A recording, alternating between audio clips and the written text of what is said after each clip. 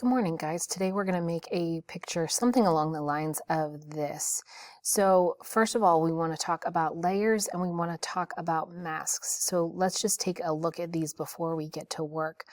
You'll notice that I have all of these layers and they are individual. I can turn this eye on and off and it will hide the layer. It won't delete it, but it will allow me to see what it looks like without that layer, which is kind of nice. Okay. And then the other thing that I want you guys to notice is this window next to it. That's a mask. So when we talk about masks, you're going to be looking for this window that's next to it. Notice also how this frame is around the layer itself. That means that whatever I'm working on, whatever I do is going to affect the layer itself.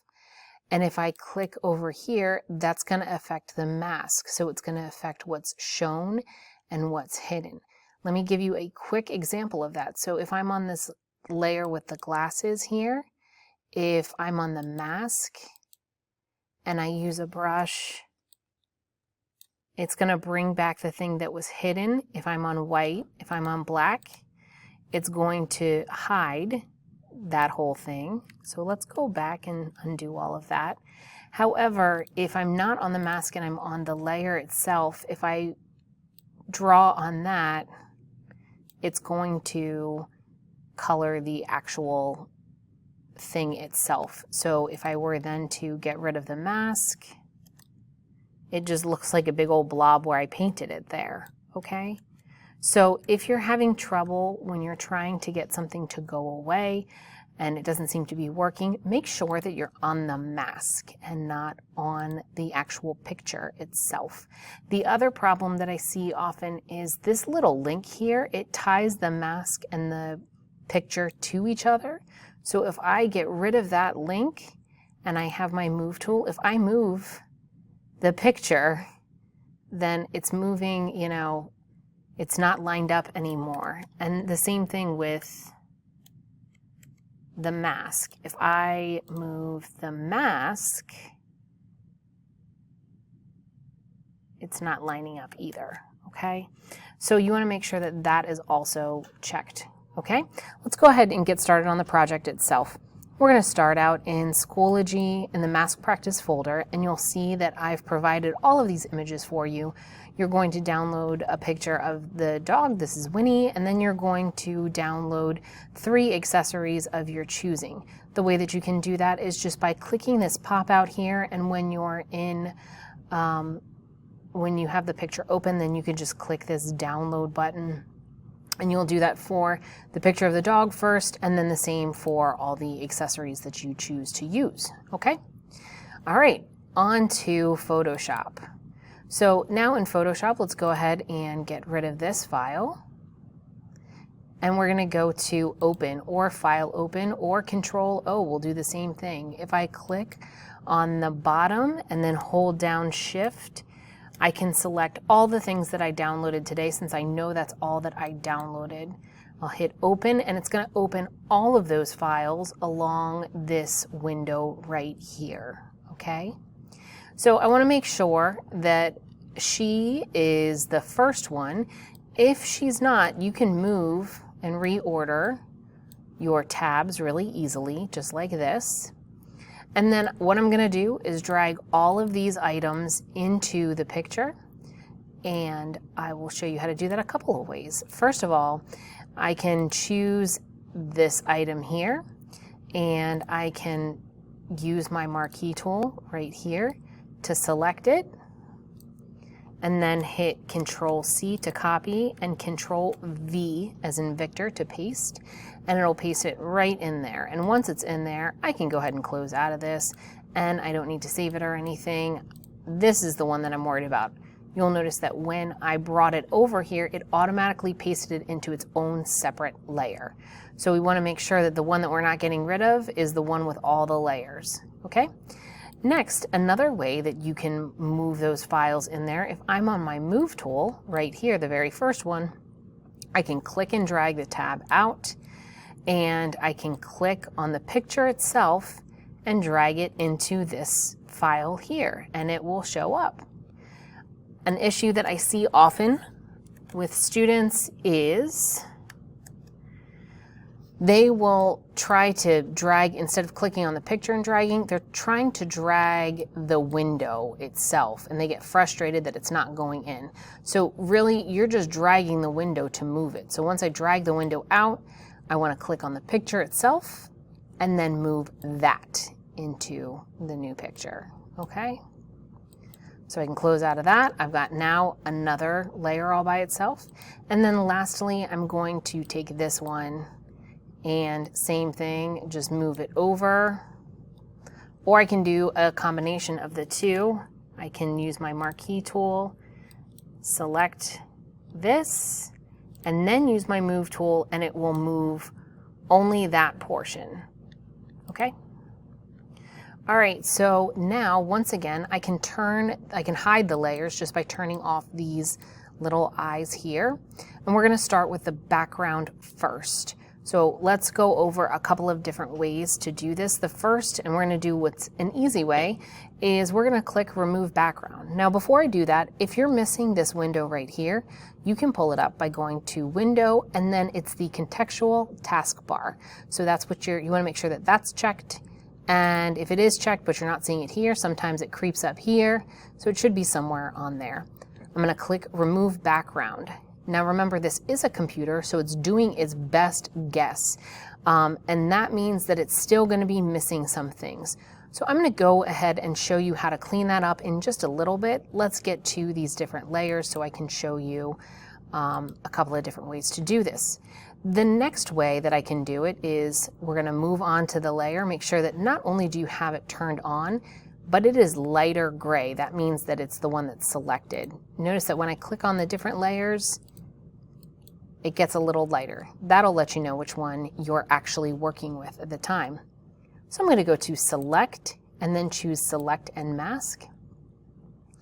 And from here, I'm gonna choose select subject. Now that's gonna choose mostly what I want. It's going to get rid of most of the background. When you first start out in Photoshop, onion skin is probably what's checked, and it's going to make the background that you're going to be losing this lighter shade. I'd like to use overlay because the red is what's going to go away. But you know, try a couple of things for yourself, see what works for you. But I like to use overlay. That's my preference. Next, anytime you have this plus portion here, you can add to the selection. We actually want to get rid of portions because we want this to be gone. My brush size is super tiny, but it's still getting the job done, so I'm not too worried about it. You can increase the brush size if it's frustrating, okay? I do know for a fact that if I choose this one here, it actually loses pretty much the whole thing. So we're gonna do, I'm gonna hit Control Z to get rid of that change, and we're gonna do this side manually. So that's the third way that you could do it. Let's go ahead and hit OK. And you'll notice that this, when I did remove background, it automatically created a mask. This time we're gonna create the mask ourselves. We have the selection here, so I'm gonna just pop this mask right on here, just by this, okay? All right, so now let's figure out how to do it manually.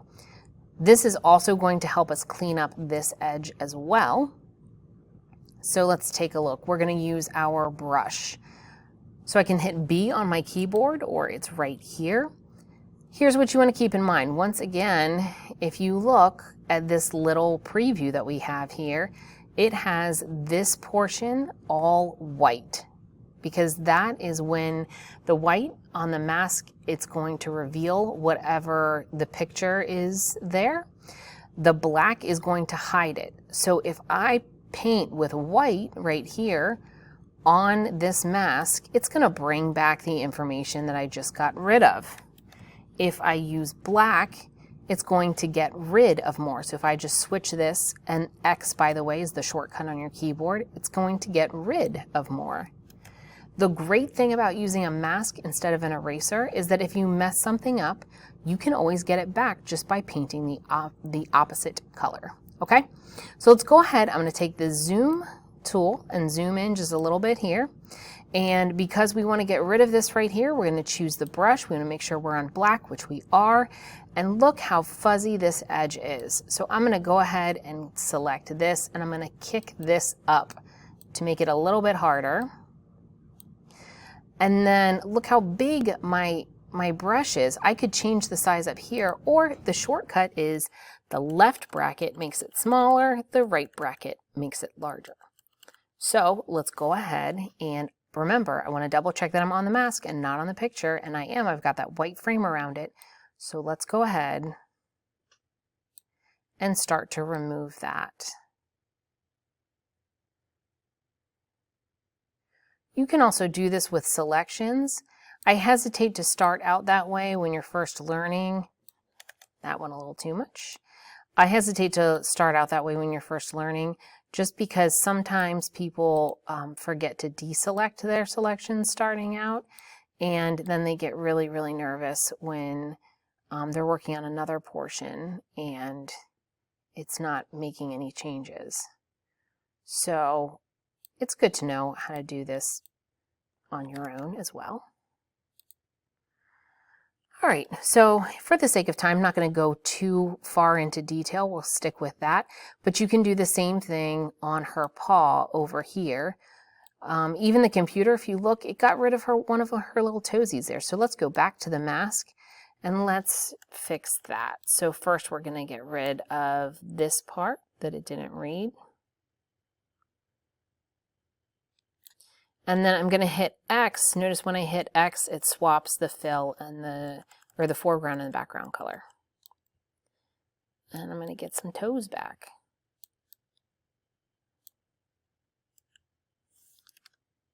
Gotta have those stinky toes. All right.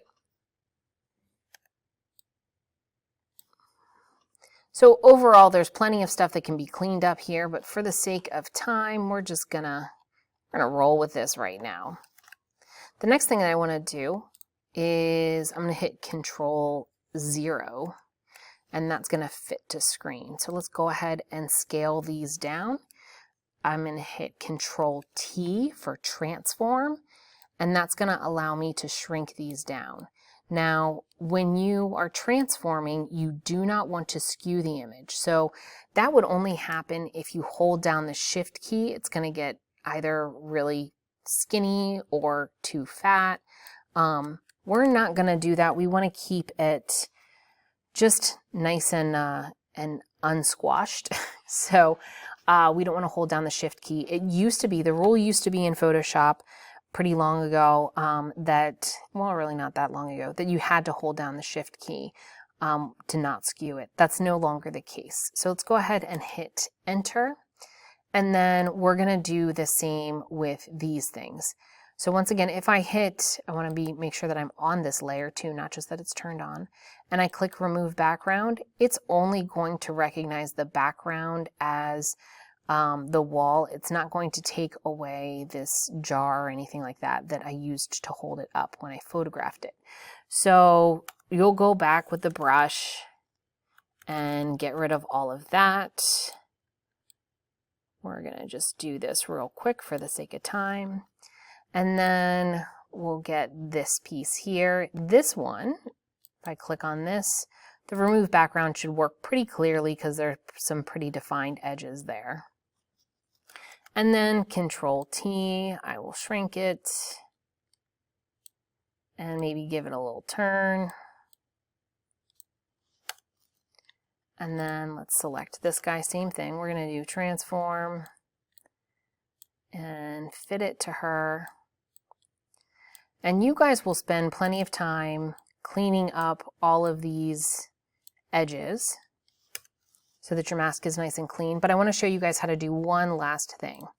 We're going to go ahead and create an empty layer. You can do that by clicking this new layer button right next to the trash can. And I'm going to pull that below here.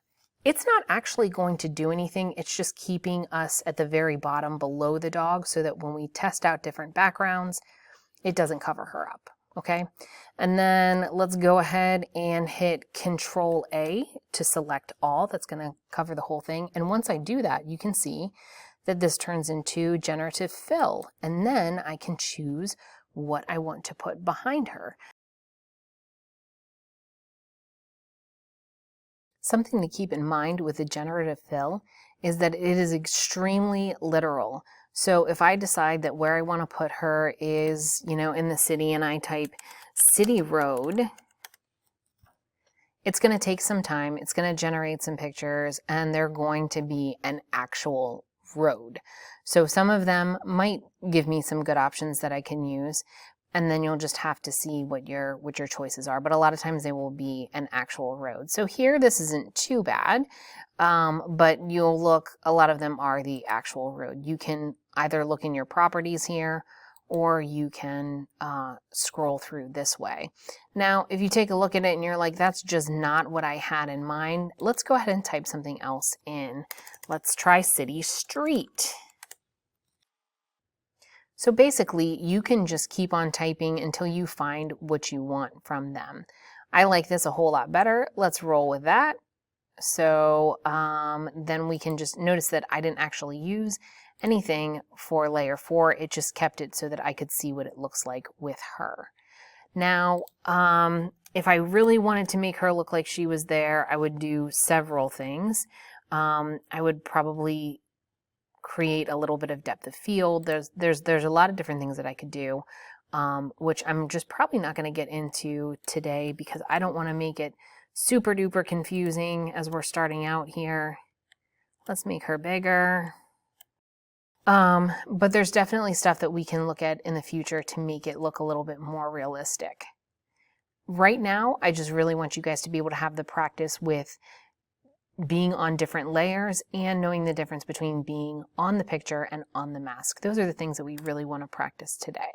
So go ahead and do your best work, and good luck. Let me know if you have any questions.